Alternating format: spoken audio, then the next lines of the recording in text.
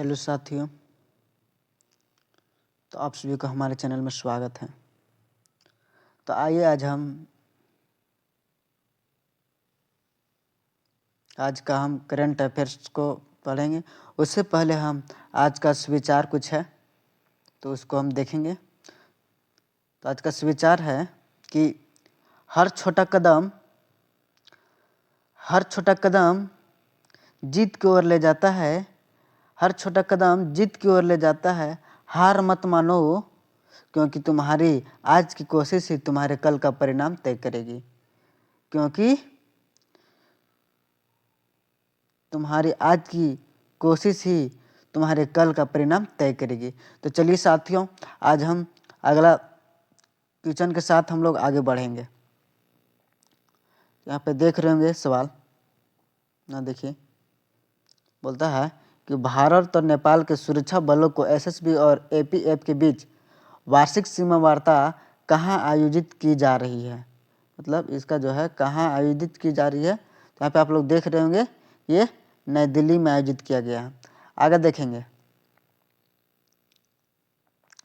अगला है, भारत की इंडिगो एयरलाइन ने किस चीनी एयरलाइन के साथ कोड शेयर साझेदारी के लिए समझौता किया है। तो देखिए ये चाइना सदर्न एयरलाइंस के साथ साझेदारी किया है। अगला देखेंगे हम लोग। अगला देखिए, अगला है टाटा समूह के सर दोराबजी टाटा ट्रस्ट के नए ट्रस्टी के रूप में किसे नियुक्त किया गया है। तो यहाँ पे देखिए ट्रस्टी के रूप में यानी दोराबजी टाटा ट्रस्ट जो है उसके नए ट्रस्टी के रूप में किसे नियुक्त किया गया है। तो नेविल टाटा और भास्कर भट्ट को किया गया है नियुक्त। आगे देखेंगे हम लोग। आगे आपका है अगला सवाल है कि अडानी समूह 1126 मेगावाट की क्षमता वाले भारत की सबसे बड़ी बैटरी एनर्जी स्टोरेज सिस्टम यानी BESS बेस सुविधा कहाँ स्थापित कर रहा है। तो खावड़ा कहाँ पे है। तो गुजरात में है। यानी गुजरात में ये क्या कर रहे हैं, स्थापित कर रहे हैं। आगे देखेंगे हम लोग।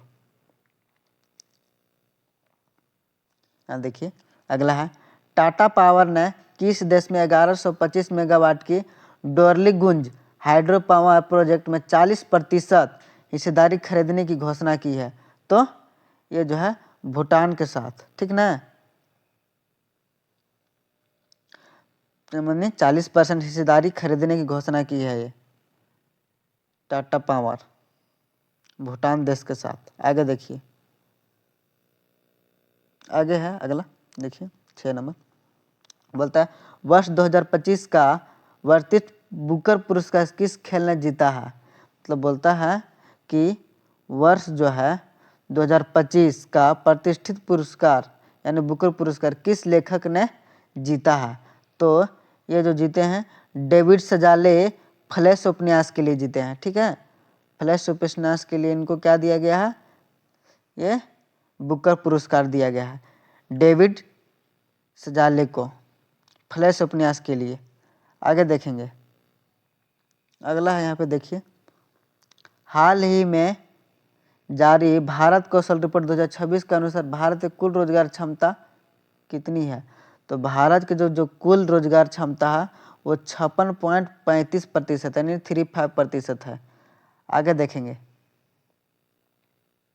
अगला है यहाँ देखिए, अगला है छठे राष्ट्रीय जल पुरस्कार में किस राज्य को सर्वश्रेष्ठ राज्य का पुरस्कार मिला है। यानी बोलता है कि छठे राष्ट्रीय जल पुरस्कार में किस राज्य को सर्वश्रेष्ठ राज्य का पुरस्कार मिला है। तो महाराष्ट्र को मिला है, दूसरा गुजरात, तीसरा हरियाणा को मिला है। ठीक है, पहला मिला महाराष्ट्र को, दूसरा मिला गुजरात को, तीसरा हरियाणा को मिला है।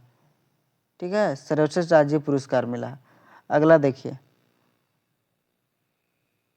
अगला बोलता है कि रणजी ट्रॉफी 65 साल के इतिहास में किस टीम ने पहली बार दिल्ली को हराया है। तो जम्मू कश्मीर जो है 65 साल के इतिहास में किस टीम ने पहली बार दिल्ली को हराया है। तो जम्मू कश्मीर जो है दिल्ली को हराया है। आगे देखेंगे, देखिए आगे है भारत नेट योजना को पूरे राज्य में लागू करने वाला देश का पहला राज्य कौन बना है? तो पंजाब है। यानी भारत को नेट योजना को पूरे राज्य में लागू करने वाला देश है तो पंजाब है, जो कि भारत का पहला एकमात्र राज्य है जो कि भारत नेट योजना को पूरे राज्य में लागू करने का ये देश पहला राज्य है भारत में, पंजाब, जो कि पूरा नेट से योजना को जोड़ने का ये लिया है। आगे देखेंगे हम लोग।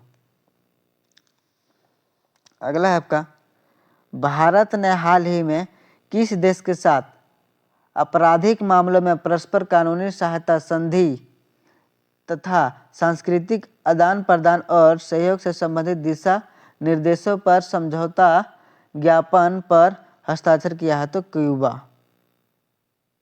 आगे देखेंगे हम लोग। आगे देख रहे होंगे सवाल। अगला है कि the forgotten Indian prisons of world war पुस्तक के लेखक कौन है? मतलब the forgotten Indian prisons of world war पुस्तक के लेखक कौन है? तो आपका लेखक है गौतम हजारिका। यहाँ देखिए गौतम हजारिका है। आगे चलेंगे हम लोग।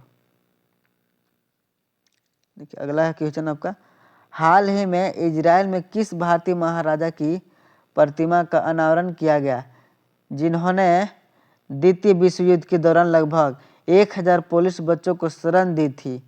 तो ये कौन है? तो ये आपका है, देखिए कौन से, महाराजा दिग्विजय सिंह जी, और दूसरा है रंजीत सिंह जी जो जामनगर के हैं। आगे देखेंगे हम लोग। अगला है, सरकार ने निर्माण श्रमिकों को नियोक्ताओं से जोड़ने के लिए एक डिजिटल प्लेटफॉर्म के रूप में कौन सी नई पहल शुरू की है? तो एक ये कौन है? यहाँ देखिए आपका ये है डिजिटल लेबर चौक ऐप है। ठीक है, आगे देखेंगे।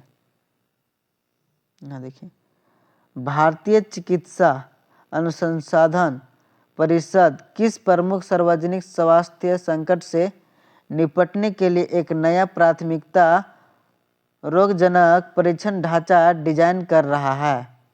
तो यह है आपका एंटी माइक्रोबियल रेजिस्टेंस। आगे देखेंगे हम लोग। ना देखिए, धौलावीरा हड़प्पा सभ्यता स्थल के लिए प्रसिद्ध यह भारत के किस राज्य में स्थित है? तो ये कहाँ पे है? गुजरात में है। चलिए आगे देखेंगे हम लोग। अगला है, भारतीय राष्ट्रीय कांग्रेस की पहली महिला अध्यक्ष कौन थी? तो एनी बेसेंट। नहीं, भारतीय राष्ट्रीय कांग्रेस की पहली महिला अध्यक्ष पूछेंगे तो एनी बेसेंट है ना। आगे देखिए, बोलता है कि फतेहपुर सिकरी किला जो यूनेस्को विश्व धरोहर स्थल है किस मुगल सम्राट ने बनवाया था? तो अकबर ये इनको बनवाए थे फतेहपुर सिकरी किला को। आगे देखेंगे हम लोग।